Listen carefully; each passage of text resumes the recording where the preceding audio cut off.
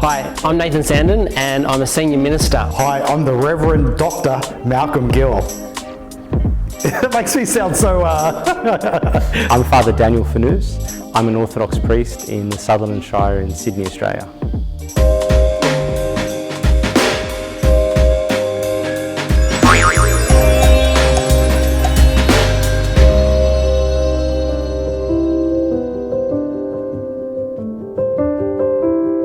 Can you share maybe a personal story that's impacted you in your life? Yeah, absolutely. So in my early 20s, I was just sort of living life for myself, and particularly just, I guess, pleasure and looking for experiences and just good times.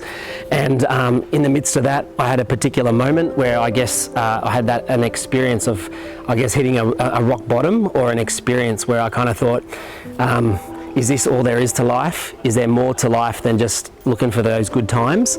And in the midst of that, in a sense, a particular late night on a weekend, which was my normal habit at the time, going out to clubs and so forth. It was early in the morning, very dark in the morning, and I just thought, this is not who I am. And at that moment, I guess, in one sense, I kind of prayed a prayer.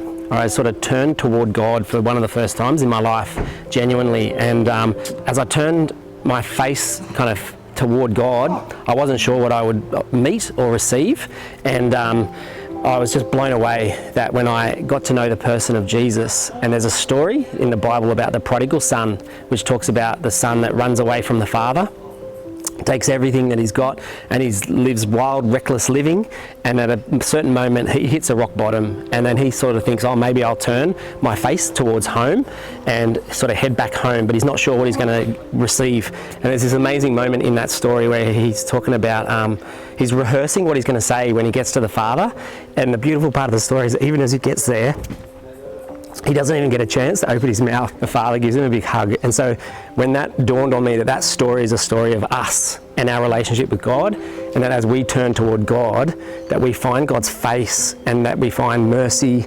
forgiveness, love, rather than getting strangled, or rather than getting the cold shoulder, which is what I'd been doing to God, is just turning my back on him. But the moment that I got to turn towards him, that he would turn towards me, that just blew me away. And that was a key moment in my early 20s, which I guess just changed the trajectory of my life in terms of my purpose, in terms of what I thought then my life was going to be about, and what I was going to do with whatever time I had left.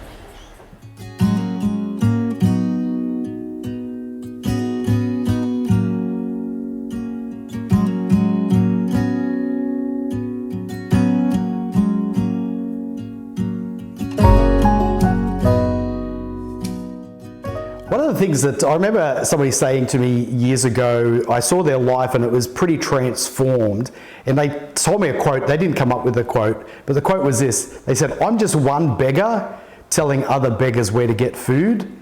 And I really feel that's because God has made such a difference in my own life. I really feel I want to facilitate and just share that with other people, particularly people who are asking the big existential questions. Why am I here? What is my purpose? I don't believe I have all the answers to that, but I feel like I can introduce people to find the answers that they're looking for. So for me, the role of being a pastor and a shepherd is not so much for me to provide answers as much as I'm one beggar telling other beggars where to get food.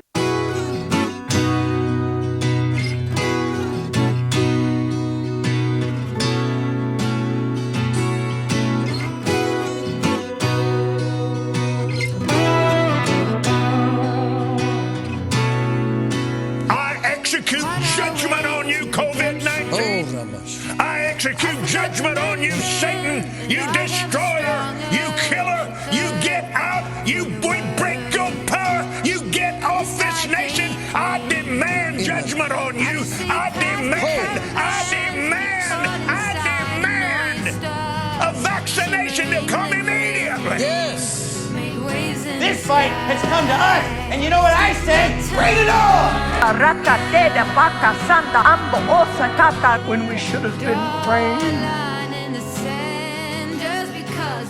When Jesus was asked about the two most important commandments, he said, number one is love the Lord your God with all your heart, soul and mind, and secondly, love your neighbour.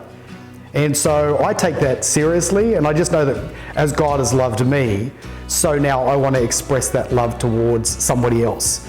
And so I think that's the thing that drives me to be a pastor. It's not for the financial benefits, it's not for the glory, it's not for a position or status, as much as I really find great joy in introducing people and loving people to show them the love of God, but point them to the God who is love and the God who can answer those big heart cries that often we have in life.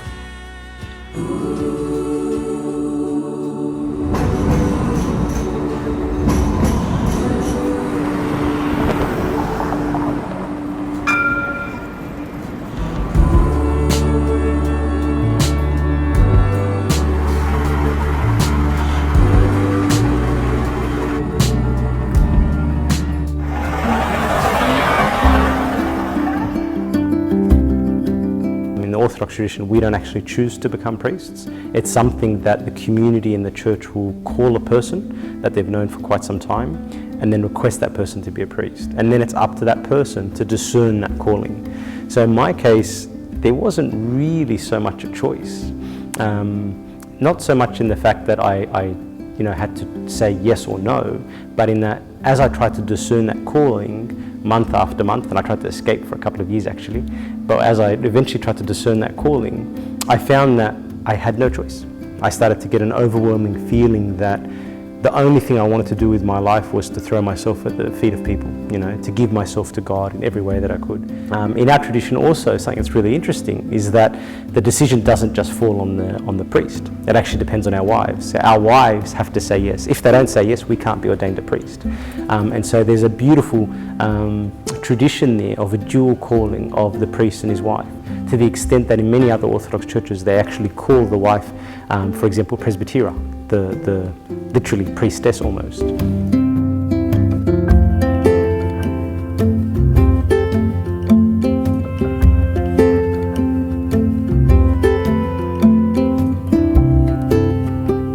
I think there is a negative tinge 100% to a priest or a pastor today, and I think that's partly our fault if we're really being honest. I think part of that has to do with the way that we've carried ourselves over the last few centuries. But I think also, just like everything in life, there's an irreverence to every attribute of life. There's irreverence to public office now, there's irreverence to family life. And I think the same thing now affects the church. And even though that may be objectively bad in that we don't respect priests as much as we used to, at the same time I think it's a good thing. Because what it means is that someone automatically won't respect the office of a priest just because of his clothes, just because of his name, Father. It's now almost like we have to earn that respect. And so for a priest, it actually means that we're accountable, that no longer will people respect us because of our clothes, they have to respect us because of our person. And so I think that can be a way for the church today to, foster a really authentic holiness, especially in the priesthood, that we have to actually be priests for the first time, rather than having it automatically granted to us in the minds of people, in the hearts of people.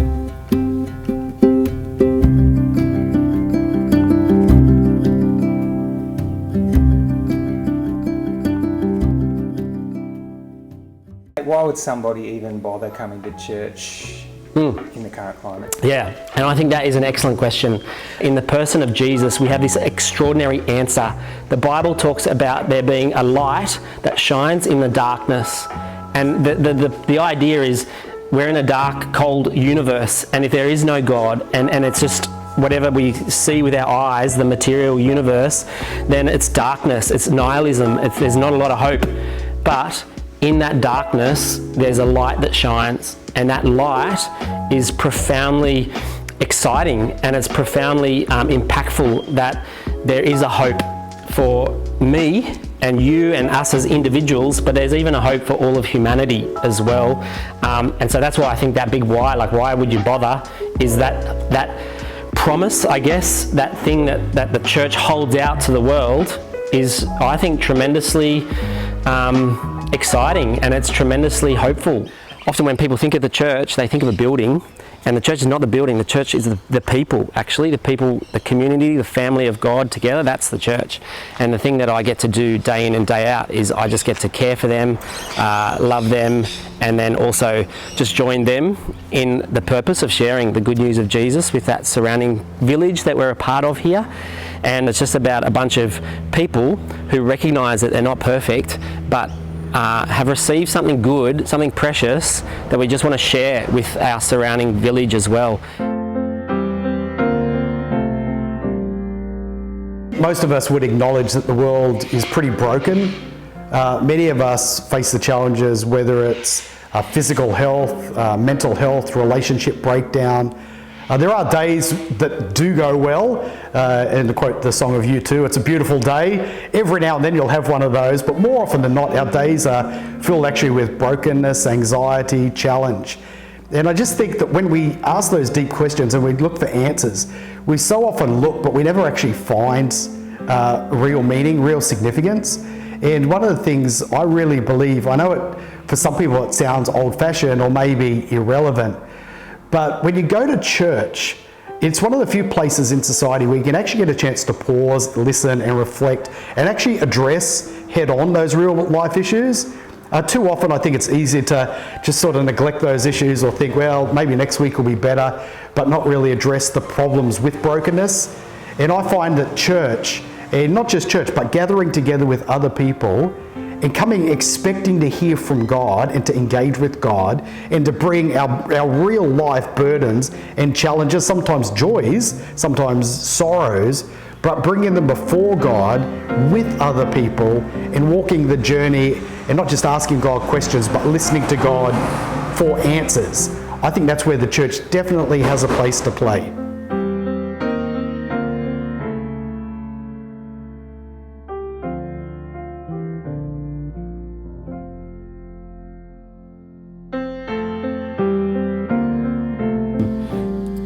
One of the things that most people don't know about what a priest is called to be is that we're not called to be an officiator of the sacraments or, you know, some kind of quasi-psychologist. The priest, in actual word, the word in Latin means a bridge builder, literally someone that builds a bridge between you and Christ. Not because you need some form of mediator, but because that priest acts as that bridge. And if you think about what a bridge is, when you walk on a bridge, you may, from the outside, observe it, look at its columns, look at its structures, think it's really beautiful. But once you're actually walking on the bridge, you never look down and go, oh, that's beautiful asphalt. That's some beautiful structural steel over there. Because you're looking at your destination. And that's what the priest is called to be. The priest is called to be a bridge, and as soon as he can, he gets out of the way, so that only Christ is present. You know?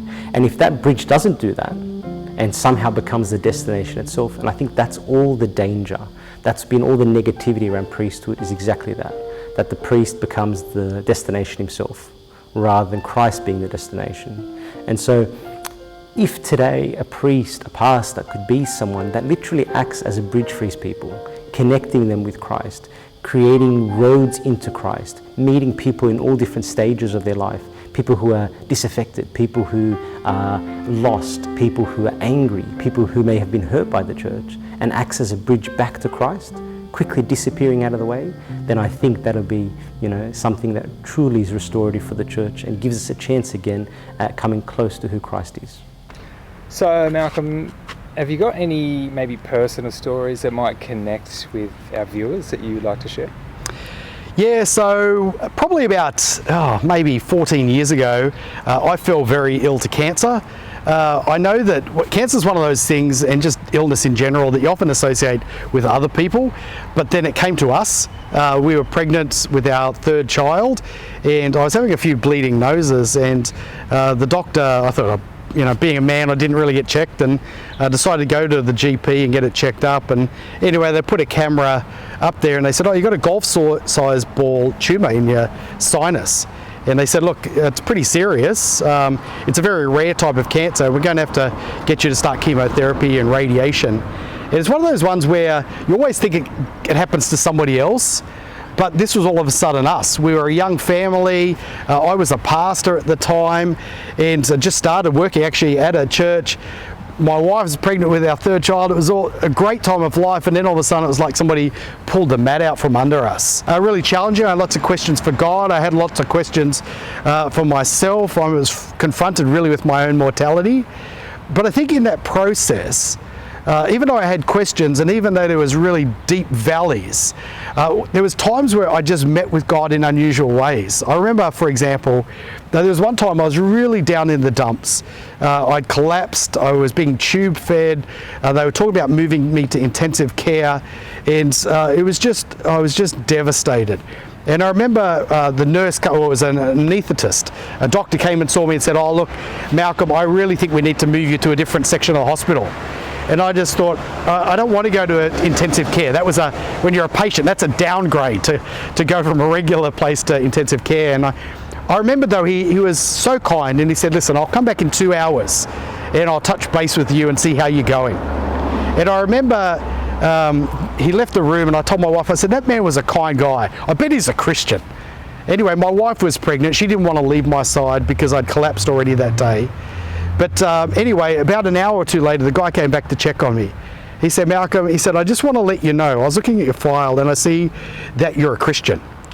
He said, "I just want to let you know that I'm a born-again Christian, and you're in much better hands than just the hospitals."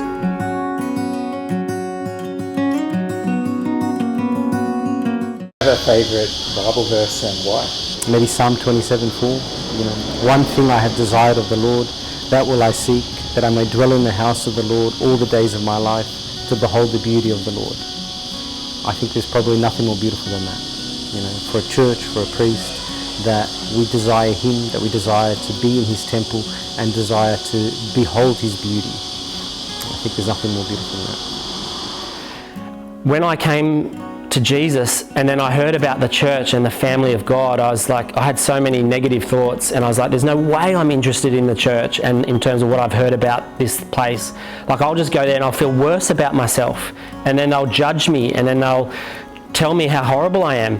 But then that was my preconception. But then when I arrived and like I crossed the threshold of one particular church, from that moment, all I've received is not perfection, so people aren't perfect, but I did receive a warm welcome. I received love, I received grace, I received just a welcome and compassion. And so my big, I guess, take-home message would just be to have that open-mindedness to check it out for yourself, rather than to make a judgment based upon what we've learned in the media, which has not always been helpful. Friends, I don't know you. I don't know what brought you to watch this, but here's the one thing I am convinced of. Life is hard. We're in a broken world, but there is purpose and there is meaning. And I'm going to encourage you. You might not feel like it today. You might feel that the world is out of control, but I can tell you that there is real hope, and that hope is found when you have a relationship with God. Being a Christian doesn't mean life's problems all go away, but when you understand who God is and His love for you and the forgiveness and the joy that can be found in Him, you can have what you're actually looking for. You can have peace with God. So I pray that you might find that if you don't have it already. God bless you.